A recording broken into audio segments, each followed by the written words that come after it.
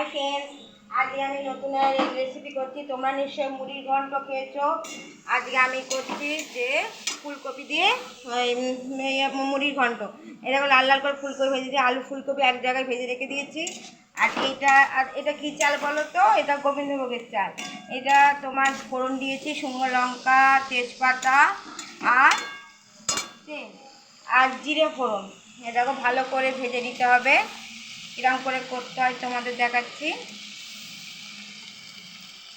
তোমরা নিশ্চয়ই মুড়ির ঘন্ট খেয়েছো পেঁয়াজ মাছের মাথা দিয়ে, কিন্তু নিরামিষও হয়। নিরামিষও তুমি যেরমভাবে করতে চাইবে সেরমভাবে তুমি করতে পারবে।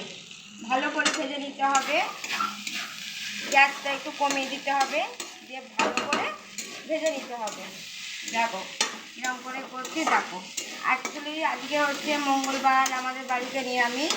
আর একটু তেল দিতে হবে, তেল কম দিলে হবে না, কেন তেলটা লাগে, তেলটা একটু দিতে হয়। কী কী দিচ্ছি দেখো। আর সামান্য একটু হলুদ দেবো ভাজার সময়।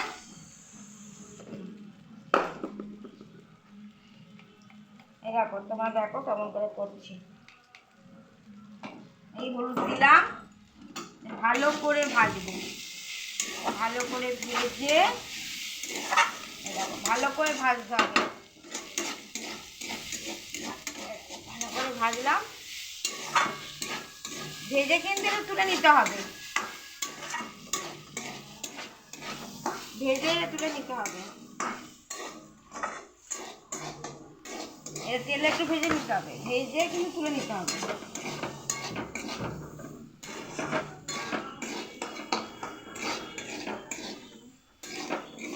কিংবা তুমি এতেও মশলা দিতে পারো, মশলা দিয়ে করতে পারো, কিন্তু তার আগে যদি ভেজে নিয়ে তুলে দাও তাহলে আরও একটু টেস্টি হয়। তার সাথে দেবো আদা বাটা। দেবো,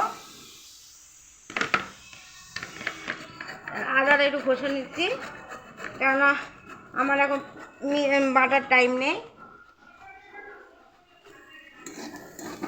দেখো মানে এইটা একটা নতুন নিরামিষ, তো আমরা পেঁয়াজ রসুন নানা রকম দিয়ে খাই, কিন্তু নতুন নতুন জিনিস যত তোমার মাথায় আইডিয়া আসবে করবে, দেখবে বাড়ির লোকেদেরও ভালো লাগবে। সব সময় তো মাছ মাংস ডিম আমাদের খাওয়াই হয়, কিন্তু নিরামিষও নতুন নতুন রেসিপি আছে।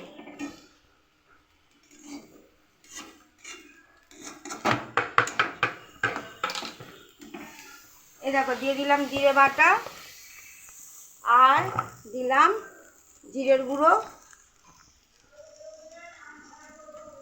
আর দিলাম লঙ্কার গুঁড়ো। প্রতিদিন তো ফুলকপি তরকারি, ফুলকপি নানা রকম ভাজা ভুজি খাও, এইটা একদিন বাড়িতে করে দেখবে, তোমাদেরও ভালো লাগবে। আশা করি তোমাদেরও ভালো লাগবে। আর তার সাথে দিতে হবে টমেটো।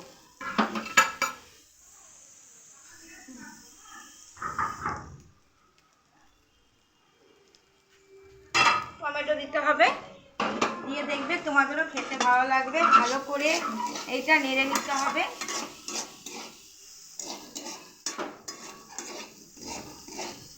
ভালো করে দিয়ে এবার দিয়ে দিতে হবে আলুগুলো দিয়ে দিলাম।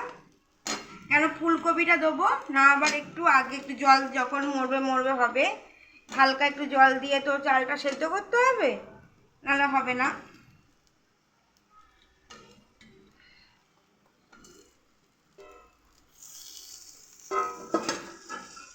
এবার দেখো এরকম করে আমি করছি না, আমার আগে একটু ঘি গরম মশলা দিলে এটা হয়ে যাবে।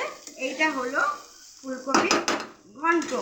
তোমাদের যদি এটা ভালো লেগে থাকে তাহলে একটা ছোট্ট করে লাইক কমেন্ট করে দিও।